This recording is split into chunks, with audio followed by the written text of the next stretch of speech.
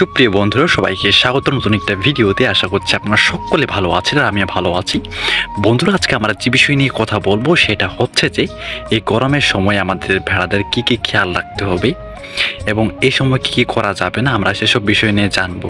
কারণ এই সময় অনেক সময় দেখা যায় যে গরমের কারণে, অতিরিক্ত গরমের কারণে ভেড়াগুলো মারা যায়।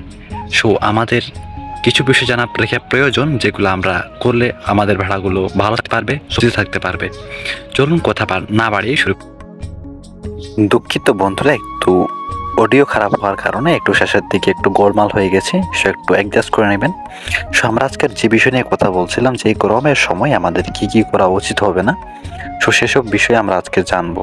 কারণ এই গরমের সময় অনেক সময় দেখা যায় যে অনেক ভেড়া মানুষের মতো হিট স্ট্রোক হয়ে মারা যায়। সো আমাদের এই খামারি যেহেতু আমরা, তো আমাদের অবশ্যই খেয়াল রাখতে হবে আমাদের ভেড়াগুলোকে, যে কীভাবে তাদেরকে এই গরমে তাদেরকে ঠিক মতো রাখতে পারি।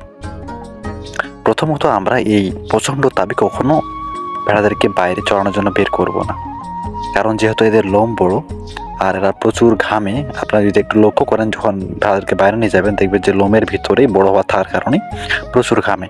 সো এই থেকে রক্ষা পাওয়ার জন্য আমরা যেটা করব, মনে করেন যে এই গ্রীষ্মের শুরু থেকে তাদের লোমটা আমরা কেটে দেব, যাতে করে সহজ তাদের শরীরে হাওয়া বাতাস চলাচল করতে পারে।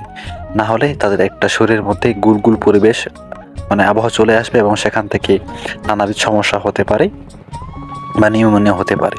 তো আমরা এটা থেকে তাদেরকে স্বস্তির চেষ্টা করব, আপনাদের লোমগুলা কাটবো। তাছাড়া আমরা সপ্তাহে চেষ্টা করব 2 বার ভেড়াদেরকে গোসল করার জন্য এবং পরিষ্কার পরিচ্ছন্ন রাখার জন্য। না হলে এরা এই অতিরিক্ত গরমে তারা যদি ঠিক মতো নিজের শরীরে যদি পানিটা না পায়, মনে করেন যে তারা ঠিকমতো থাকতে পারবে না। তাছাড়া এই গরমে গোসল করাইলে তারাও শান্তি পাবে। আমরা মানুষ, আমরা যেহেতু গরমে এমনিতে অসুস্থ থাকতেছি, তারা তো প্রাণী, তারা তো বলতে পারবে না যে আমাকে গোসল করাই দেন।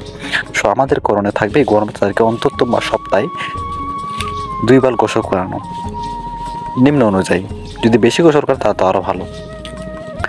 আর এই গরমে অনেক সময় ভেড়াদের বাইরে নিয়ে যাবেন না, যে শরীর, এটা আগে বলে ফেলছি, সমস্যা নেই। আর যেটা আমরা চাচ্ছি যে আপনার এলাকায় যদি কোনো ছায়া নিবিড় জায়গা থাকে, সেখানে তাদেরকে বেঁধে রাখবেন, যাতে করে তাদের ঠিকমতো হাওয়া বাতাস খেতে পারে। তাছাড়া রাতের বিষয়টা, যে রাতে তাদের জন্য, যেহেতু আমরা তো মানুষ, আমাদের জন্য ফ্যানের ব্যবস্থা আছে।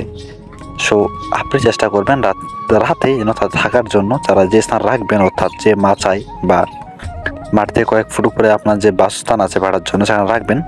তো তাদের জন্য একটা ফ্যানের সুব্যবস্থা করে দেবেন। আজকাল বাজারে একটা ল্যাংটা ফ্যান পাওয়া যায়, আপনারা সকলে জানেন, ছোটো ছোটো ফ্যান, এটা 300 বা 400 টাকা দিয়ে পাওয়া যায়। এখন গরমের সময় অতিরিক্ত দাম বেড়ে গেছে, সো 500-600 টাকা দিয়ে পেতে পারেন। সো সেইগুলো ফ্যান কিনে নিয়ে আসে তাদের উপরে লাগিয়ে দিতে পারেন, যাতে করে তারা রাতে সুন্দর করে ঘুমাতে পারে এবং মশার অত্যাচার থেকে বাঁচতে পারে। আশা করছি বন্ধুরা এই বিষয়গুলো করলে আমাদের অনেকটা উপকারে আসবে এবং আমরা স্বস্তি পাবো এবং ভেড়াও স্বস্তি পাবে। বন্ধুরা, এই ছোট্ট ভিডিও যদি আপনার ভালো লেগে থাকে তো অবশ্যই আমাদের চ্যানেলটি সাবস্ক্রাইব করে পাশে থাকবেন এবং পাশে থাকা বেল আইকনটি ক্লিক করে রাখবেন, যাতে করে আমার আপলোড দেওয়া ভিডিও সর্বপ্রথম আপনার কাছে গিয়ে পৌঁছায় এবং আপনি দেখতে পারেন এবং আপনার যা প্রয়োজনীয় তথ্য যেটা আপনি সংগ্রহ করতে পারেন। দেখা হচ্ছে বন্ধুরা নতুন ভিডিওতে নতুন কিছু নিয়ে। ভালো থাকবেন, সুস্থ থাকবেন, ধন্যবাদ।